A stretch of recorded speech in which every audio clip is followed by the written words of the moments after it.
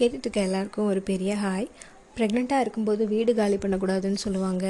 நாங்கள் ஊரே காலி பண்ண வேண்டியதாகிடுச்சு. எனக்கு 4th மந்த் ஸ்டார்ட் ஆகும்போது நாங்கள் வேறு ஊருக்கு ஷிஃப்ட் ஆகிட்டோம். அந்த ஊர் செட் ஆகிறதுக்கே எங்களுக்கு 1 வீக் ஆகிடுச்சு. என் ஹஸ்பண்டுக்கு full time job. Morning 7 o'clock போனால் ஈவினிங் 8 ஆகிடும் சம்டைம்ஸ் அவங்க வீட்டுக்கு வர்றதுக்கு. நான் அதனால் ஹவுஸ் ஹோல்டு ஒர்க் எல்லாம் நான் தான் பார்க்க ஆரம்பித்தேன். வீடு துடைக்கிறது, வீடு கூட்டுறது, பாத்திரம் கழுவுறது, சமைக்கிறது, கடைக்கு போயிட்டு வர்றது, துணி துவைக்கிறது, இந்த மாதிரி எல்லா ஒர்க்கும் நான் தான் பண்ணேன். ஜெஸ்டேஷனல் டயபெட்டிஸ் எனக்கு இருக்குதுன்னு தெரிஞ்ச உடனே எவ்ரி ஈவினிங் வாக்கிங் போக ஆரம்பித்தோம். நான் ஒர்க் பண்ணிகிட்டு இருந்தப்போ கூட. பட் இங்கே வாக்கிங் போகிறதுக்கான சூழ்நிலைமை இல்லை. தனியாக போகிறதுக்கும் பெருசாக இன்ட்ரெஸ்ட் இல்லை. எனக்கு தனியாக, என் ஹஸ்பண்டுக்கு தனியாக சமைக்க வேண்டியிருந்தது. என்னோடய டயட்டில் நான் என்னென்ன எடுத்துக்கிட்டேன் அப்படின்னா, அரிசிக்கு பதிலாக சாமை, தெனை, பனிவரகுல செஞ்ச தயிர் சாதம், தக்காளி சாதம், புளி சாதம், பொங்கல், அந்த மாதிரி சாப்பாடெலாம் செஞ்சு சாப்பிட்டேன். நிறைய ஃப்ரூட்ஸ் எடுத்துக்கிட்டேன். ஃப்ரூட்ஸ் ரொம்ப லிமிட்டட் தான் ஜெஸ்டேஷனல் டயபெட்டிஸ் வந்தால். ஸோ ஆப்பிள், கொய்யாப்பழம், ஆரஞ்சு, கொஞ்சம் கிரேப்ஸ் அந்த மாதிரி சாப்பிடுவேன். ரெகுலராக ஈவினிங் 1 கப் கடலை எடுத்துப்பேன். அது கூட 1 கப் பால், சர்க்கரை போடாமல். இது எல்லாமுமே வித் டேப்லெட்டோடு தான் நான் சாப்பிட்டேன். பன்னீர் சாப்பிட்டேன், நிறைய நான்வெஜ் சாப்பிட்டேன், முட்டை எடுத்துக்கிட்டேன். என்னோடய டயட் எல்லாமே இதுக்குள்ளேயே தான் மாறி மாறி இருக்கும். என் மாமியார் அவங்க யூஸ் பண்ண கிளைக்கோமீட்டர் எனக்கு கொடுத்தாங்க. அது எனக்கு ரொம்ப ஹெல்ப்ஃபுல்லாக இருந்தது. Before meal, after meal, every 2 days once நான் சுகர் டெஸ்ட் பண்ணுவேன். எனக்கு பிஃபோர் மீல், அதாவது ஃபாஸ்டிங் சுகர் 100க்குள்ளே தான் இருக்கும். போஸ்ட்பேரண்டியல் சுகர் எனக்கு 110க்குள்ளே தான் இருக்கும். இதை ஒரு டைரி போட்டு எழுத ஆரம்பித்தேன். நாங்கள் அந்த ஊருக்கு போய் 2 weeks கம்ப்ளீட் ஆகிடுச்சு. டாக்டர் கொடுத்த எல்லா டேப்லெட்டும் கம்ப்ளீட் ஆகிடுச்சு. வேறு டாக்டர் பார்க்க வேண்டிய சுச்சுவேஷனில் நாங்கள் இருந்தோம். சடனாக ஒரு ஃபுட் ஹேபிட்லேருந்து இன்னொரு ஃபுட் ஹேபிட் நம்ம சேஞ்ச் ஆகும்போது உடம்புல நிறைய சேஞ்சஸ் இருக்கும். எனக்கு வெயிட் லாஸ் ஆச்சு. ப்ரெக்னென்சி டெஸ்ட் பண்ணும்போது நான் 74 kgs இருந்தேன். பட் அப்போ அந்த 4th மந்தில் நான் செக் பண்ணும்போது அரவுண்ட் 70 தான் இருந்தேன். ஸோ எங்கள் வீட்டுக்கு பக்கத்து வீட்டுக்காரர் ரொம்ப ஹெல்ப்ஃபுல். நாங்கள் அந்த ஊருக்கு புதுசுங்கிறனால எங்களுக்கு நிறைய ஹெல்ப் பண்ணாங்க. என்னென்ன எங்கெங்கே கிடைக்கும் அந்த மாதிரி. அவரோட டாட்டர் இன்லா ப்ரெக்னெண்ட்டாக இருந்தாங்க, 2nd பேபி. அவங்க ஒரு டாக்டரை கன்சல்ட் பண்ணுறோம், நீங்களும் அந்த டாக்டரையே பாருங்கள். நாங்கள் ஃபஸ்ட்டு பேபியும் அங்கே தான், அவங்கள்ட்ட தான் மீட் பண்ணி பார்த்தோம். அவங்க நல்லா பார்ப்பாங்க அப்படின்னு சொல்லி சஜஸ்ட் பண்ணாங்க. அடுத்த நாள் அந்த டாக்டரை பார்க்குறதுக்கு நாங்கள் ரெடி ஆகிட்டோம். நெக்ஸ்ட் டே ஈவினிங் நாங்கள் அந்த டாக்டரை பார்க்குறக்கு போனோம். அண்டர் கிரவுண்டில் ஒரு சின்னோண்டு கிளினிக். நாங்கள் சிரிச்ச முகமாக உள்ளே போனோம். எங்களோட 3 months ப்ரெக்னென்சி ஜேர்னியை சொன்னோம்.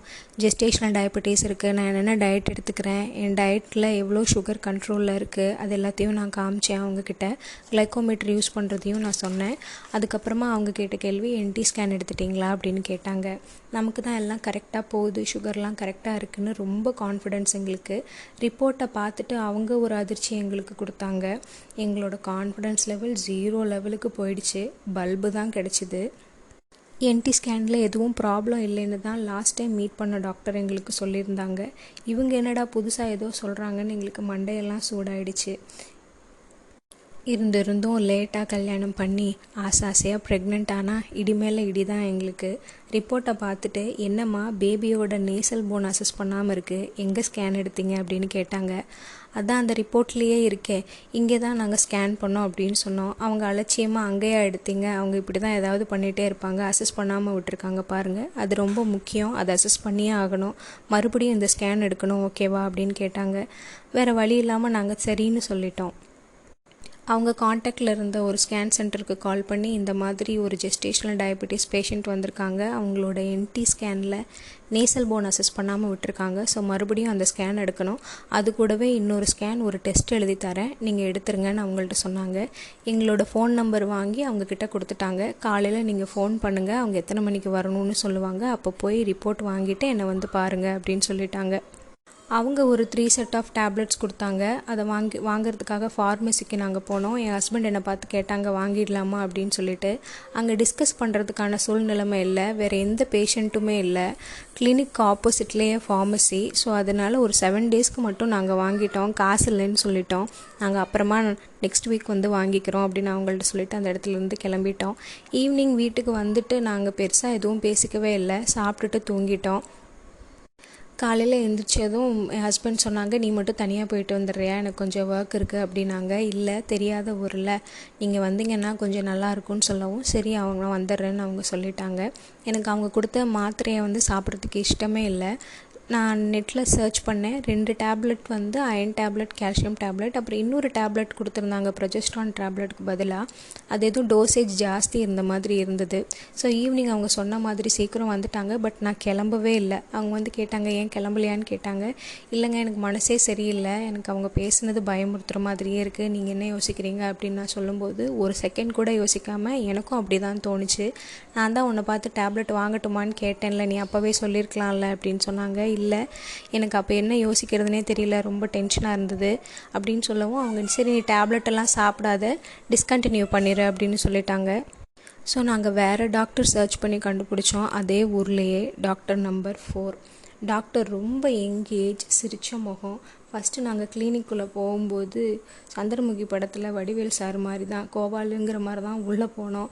அவங்க பார்த்ததுமே அவ்வளோ ப்ளசண்ட்டாக சிரித்து எங்களை ரிசீவ் பண்ணிக்கிட்டாங்க. நாங்கள் சொல்கிறது எல்லாத்தையும் பொறுமையாக கேட்டாங்க. கேட்டுட்டு இந்த மாதிரி என்டி ஸ்கேனில் நேசல் போன் அசஸ் பண்ணலன்னு சொல்கிறாங்களே, அது ஏதாவது ப்ராப்ளமா அப்படின்னு கேட்டப்போ, ஆல்ரெடி உங்களுக்கு 14 வீக்ஸ் க்ராஸ் ஆகிடுச்சு, இப்போ நீங்கள் வந்து டெஸ்ட் பண்ணாலும் ரிசல்ட் அவ்வளோ அக்யூரேட்டாக இருக்குது, அதெல்லாம் எதுவும் எடுக்க வேண்டாம், சுகர் உங்களுக்கு கண்ட்ரோலில் தான் இருக்குது, அதனால் நீங்கள் இதே டயட்டை ஃபாலோ பண்ணுங்கள். ஸ்கேன் பண்ணி குழந்தையோட பொசிஷன்லாம் பார்த்தாங்க. பாப்பாவுக்கு ஒன்றும் ப்ராப்ளம் இல்லை.